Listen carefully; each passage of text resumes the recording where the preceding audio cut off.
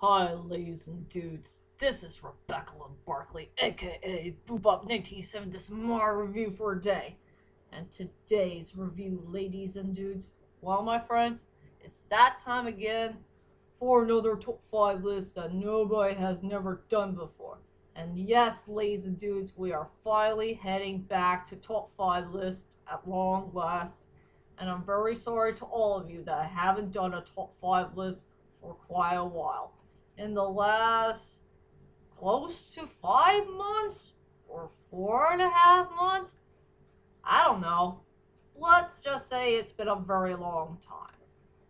And I guess everybody wants to know is what is my most famous top 5 list I really want to do for today?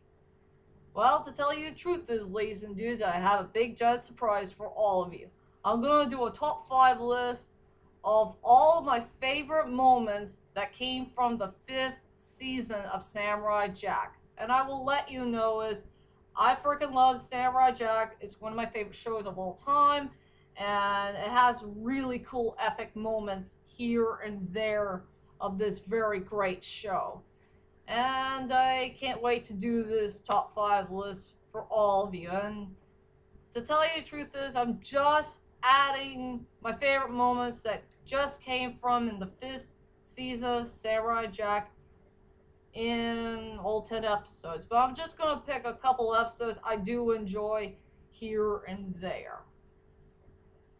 There's going to be some happy ones, sad ones, funny ones, memorable ones, bittersweet ones, and epic ones, and, well, you get the picture.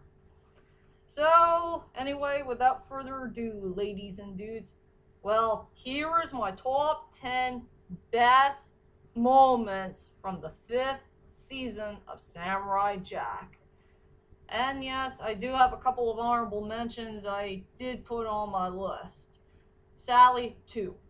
Okay, my first honorable mention goes to the White Wolf that came from episode 2 and 3. I really love the White Wolf. It has one of the best designs I have ever seen for this 5th season of Samurai Jack, where we get to know a little short story about the wolf's journey and get to know how it's doing and, having a nice normal life and all that stuff, and not until the wolf was attacked by those unknown tigers. They attacked it for some unknown reason, and this poor wolf got injured.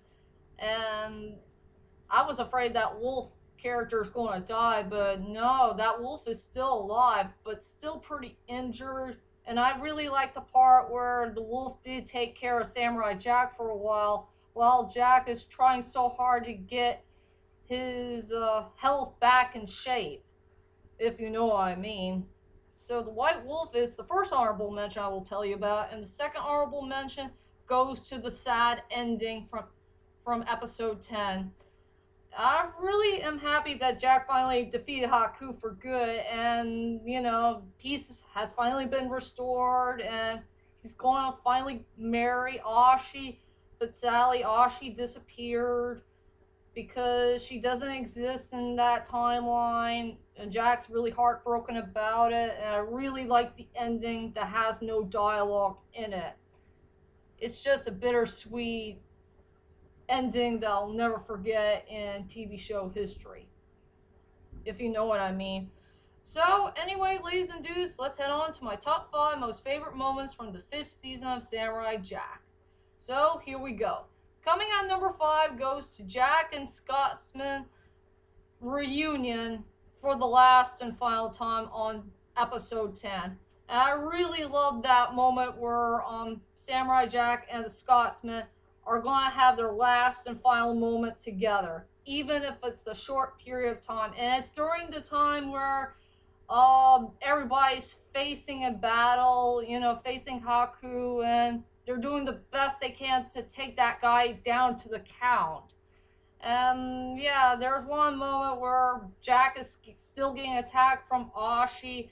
Thanks to the Scotsman's daughters, they saved him in time, and there's a moment where Jack and the Scotsman are going to reunite for the final time. And yeah, there was one point that the Scotsman still forgot that he's still a ghost. You know, he came from the dead, all that stuff. And Jack was pretty darn surprised to see the Scotsman as a ghost. And, well, if you guys get the picture, the magic thing. And I really like the moment where the Scotsman told Jack about his daughters, and he remembered all their names in just in a few seconds. And the Scotsman was thinking, it's time for Jack to pick which one of these girls to be his bride. That was kind of funny and interesting. But as you may know, Jack refused to choose which one of the girls will be his bride, but he rather pick Ashi instead. And I really like the part where the Scotsman said that this girl is not really Jack's type.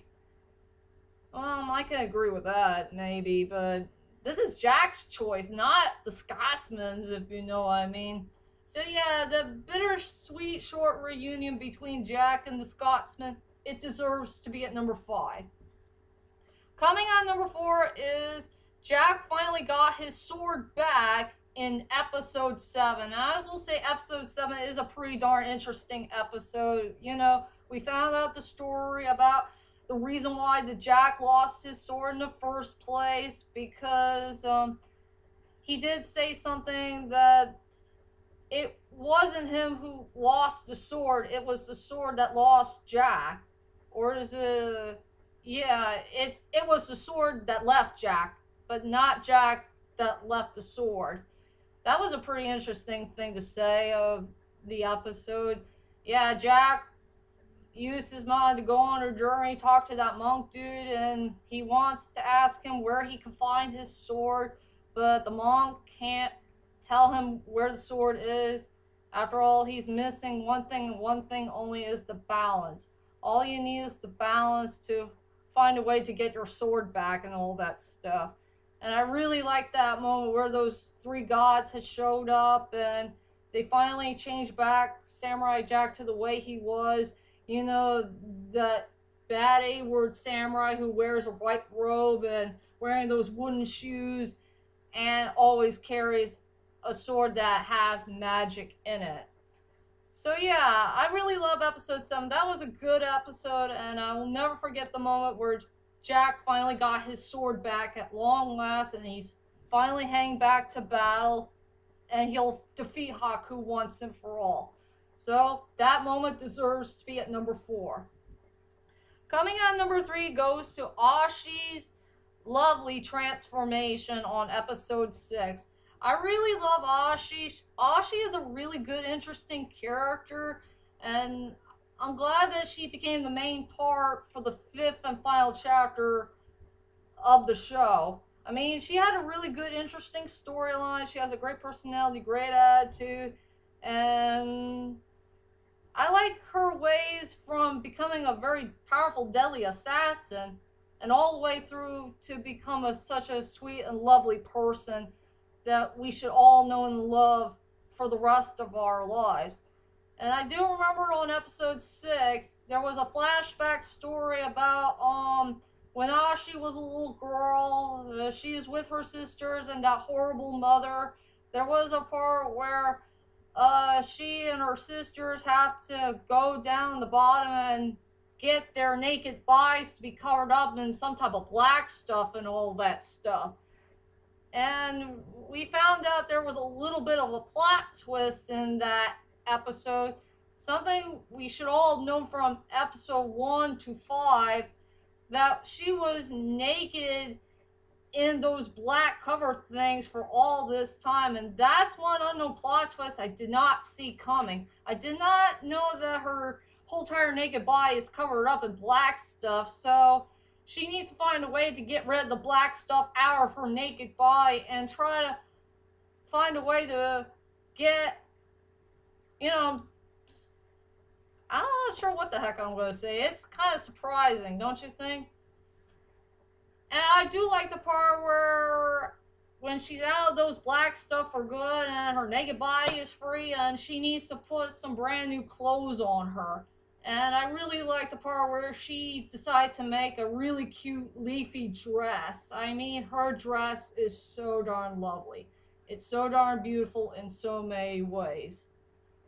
So yeah, Ashi's transformation from being an assassin to a lovely girl, it deserves to be at number 3. And coming on number 2 is we got so many characters that we finally reunited at long last. I mean, there's a whole lot of good, interesting characters to choose from season 1 to 4. I like those woolly elephant creatures, those cool looking monk dudes, that old dog that we knew from season 1 from episode 2 and 3, and the old wild guy who has a monkey family. And we got one rape child. The girl who was the daughter of the innkeeper. She's now a DJ. And the old hip hop samurai guy who's working in a bar. And there's so many good, interesting characters to choose from, and I'm very happy that they brought some of them back. But I remember the most disappointing part about season 5 is I wish there were some other characters here and there that should have come back, for the final chapter of Samurai Jack. I miss the flying prince and princess that came from season 4. I miss the mad scientist dude who worked on those machines that evolves destruction. I wish I remember. Oh yeah, I miss those little midget gangsters that came from season 1. Those little guys who wants to have that little jewel that evolves water. I wonder what the heck happened to those guys. I really love those cute guys. They're so adorable in so many ways. I wish there were some other characters to choose from that was in the other episodes of Samurai Jack. The ones that we should reunite more. Yeah, if it grows long, maybe we can have another reunion. You get the picture. So reunite with a couple of characters here and there that came from 6 and 10. It deserves to be at number 2. And finally, my number 1 best moment that I enjoyed the best from the 5th season of Samurai Jack is truly the main beginning on episode 5. The one where we finally reunited to our beloved Scotsman. I mean, this beginning of episode 5 is one of the best Samurai Jack moments of all time, and I frickin' love this beginning from start to finish. I mean, this is a pretty well done beginning for a great episode. It's a part where the Scotsman and his daughters are ready for battle. And I fell in love with the Scotsman's dialogues.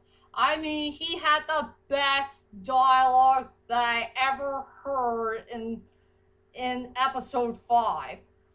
There are so many great, memorable dialogues to choose from. But I'm sure everybody's most famous dialogues that we enjoy from the Scotsman is where he finally faced Haku. And he was so darn brave of facing one of the most biggest enemies that Samurai Jack needs to face. I mean, it was so darn epic, it was so darn pure, it was so darn hilarious, but I know it's a sad shame that the Scotsman did die from the wrath of Haku. But at least he did come back to life as a ghost. I have nothing else to say about this moment. So the main beginning of episode 5 deserves to be my number 1 best Samurai Jack moment of all time that came from season 5. And that is it. That is my whole entire list of my top 5 most favorite moments from the 5th season of Samurai Jack. So tell me, ladies and dudes, what is your most favorite moment that came from the 5th season of Samurai Jack? Well, whichever it is, leave a comment there, let me know. And join me next time on my very short movie review of Love Actually 2, The Red Nose Day Actually. This is going to be a great sequel to watch. Even if it's 10 minutes, sadly to say. So, be prepared for that one to come, and I'll see you all later. Sayonara.